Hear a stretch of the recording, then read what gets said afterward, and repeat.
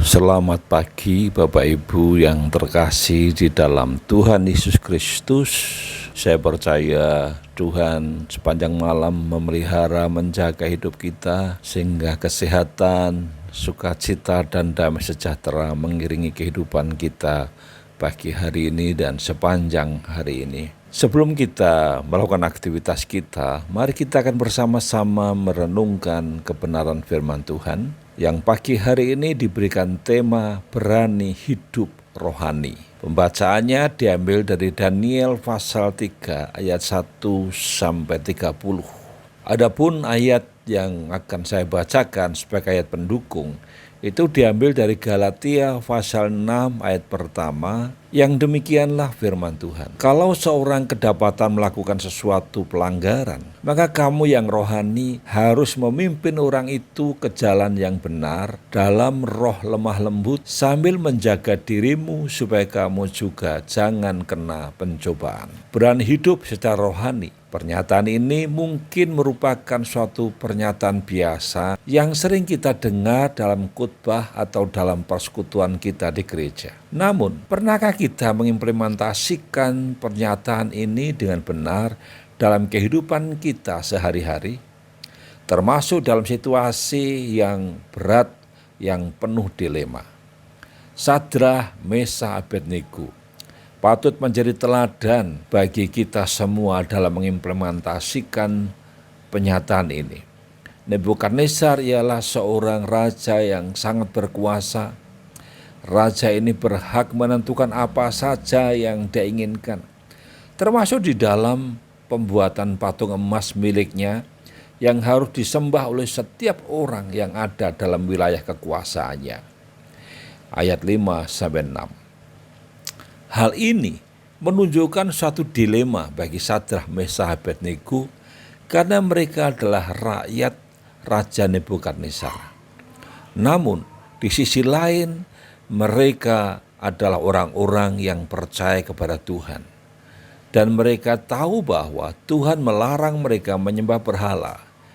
Kalau kita lihat di dalam Keluaran 20 ayat yang keempat.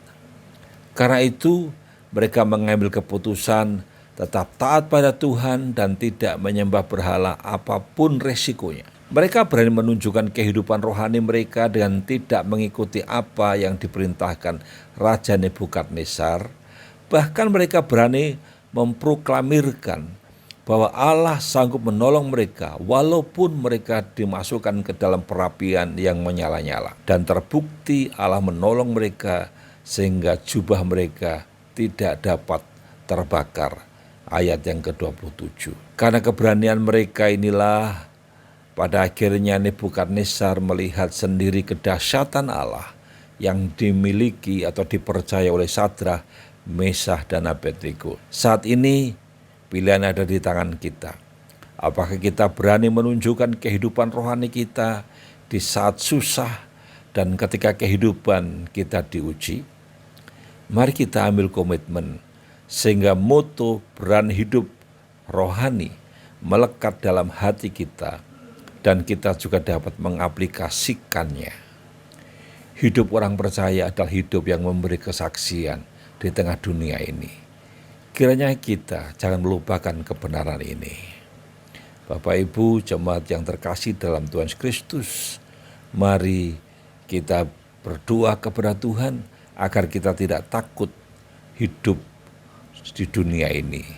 Kita harus terus maju sehingga kita bisa lebih dibentuk sesuai dengan standar Tuhan. Hidup kerohanian kita bisa bertumbuh dengan baik dan kita semakin menyerupai pencipta kita jikalau kita taat dan tunduk kepada Allah sebagai Allah yang telah memilih menetapkan kita. Mari kita akan berdoa. Bapa di surga, terima kasih karena kami boleh belajar tentang hidup yang berbeda di tengah dunia yang sedang menuju situasi yang bertentangan dengan kebenaran-Mu. Kami ingin agar kehidupan kami meneladani Sadrah, Mesah, dan Abednego. Sebab itu, mampukan kami agar kami tidak takut hidup dalam situasi apapun juga selama kami ada dalam kebenaran dan berpegang teguh kepada kebenaran.